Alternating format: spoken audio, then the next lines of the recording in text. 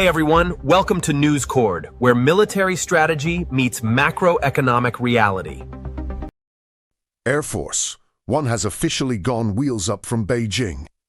And while the diplomatic photo ops projected stability, the reality on the ground is a global economy bracing for impact, following a highly anticipated multi-day summit between the leaders of the world's two largest superpowers. The verdict is in. The great decoupling is not slowing down, it is accelerating. Today, we are tearing down the facade of the Beijing summit. We'll examine the multi-billion-dollar concessions that were made, the critical military and technological flashpoints that were deliberately ignored, and the immense macroeconomic shockwave now radiating outward from Washington to Beijing and everywhere in between. Welcome back to News Chord. On Friday, the high-stakes summit in Beijing officially concluded. If you only read the press releases, you might believe a golden era of bilateral trade has just been unlocked.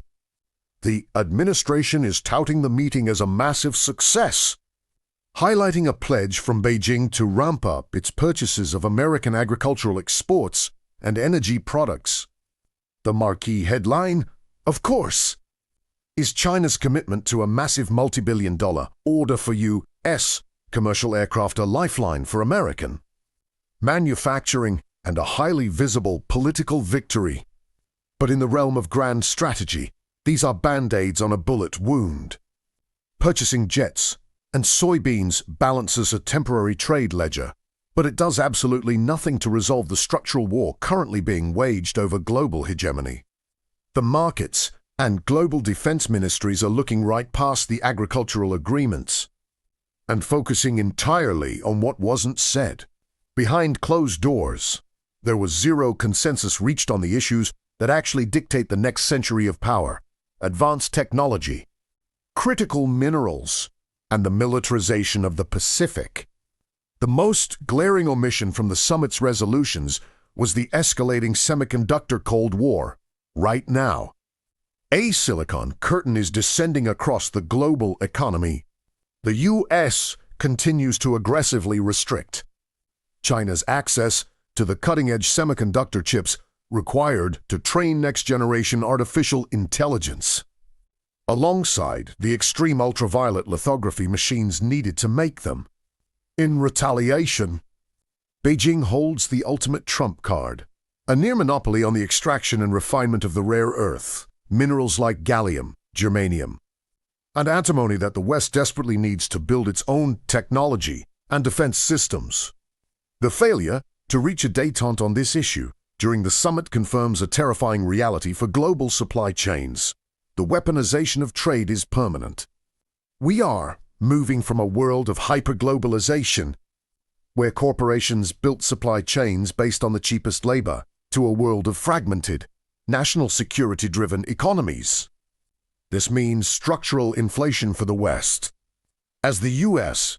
and Europe spend trillions attempting to onshore or friendshore semiconductor manufacturing and critical mining operations. The cost of producing everything from smartphones to F-35 fighter jets is going to fundamentally increase. This economic fragmentation is inextricably linked to military posturing.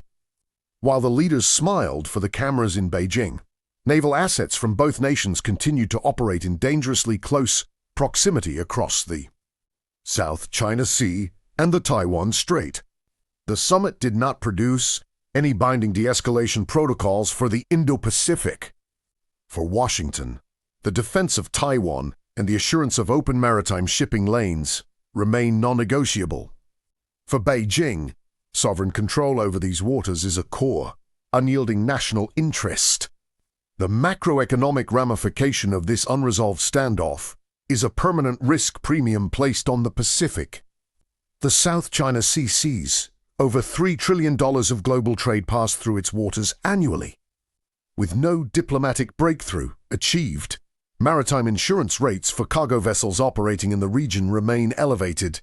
Corporations are being forced to build redundancies into their logistics networks, hedging against the very real threat of sudden blockades or gray zone. Military tactics that could freeze Asian exports overnight. So, who benefits from this stalemate? The immediate winners are the nations sitting on the geopolitical fault lines. Because the US and China failed to normalize their structural trade relationship. The great reallocation of capital is accelerating. Countries like Mexico, India, and Vietnam are absorbing hundreds of billions in foreign direct investment. Western corporations, terrified of being caught on the wrong side of the next round of tariffs or sanctions, are aggressively moving their manufacturing bases out of mainland China to these neutral, friendshored territories. Furthermore, the summit heavily impacts global energy flows, with China looking to secure its energy matrix against potential Western sanctions. We can expect Beijing to deepen its oil and gas ties with nations outside the U.S. sphere of influence. This creates a bifurcated energy market, complicating Western efforts to isolate regimes in the Middle East and Eastern Europe, and adding a layer of extreme volatility to global energy prices. The pageantry in Beijing is over, and the dust is settling. The world is no longer marching toward a unified global economy, but rather fracturing into competing technological and military blocs. The ramifications of this summit will not be measured in weeks, but in decades. How do you think this accelerating trade and tech war will impact the global economy over the next 5 years?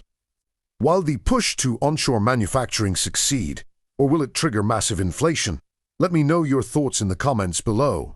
If you value this dive analysis, please hit the shrine button. Thanks for watching, and I'll see you in the next one.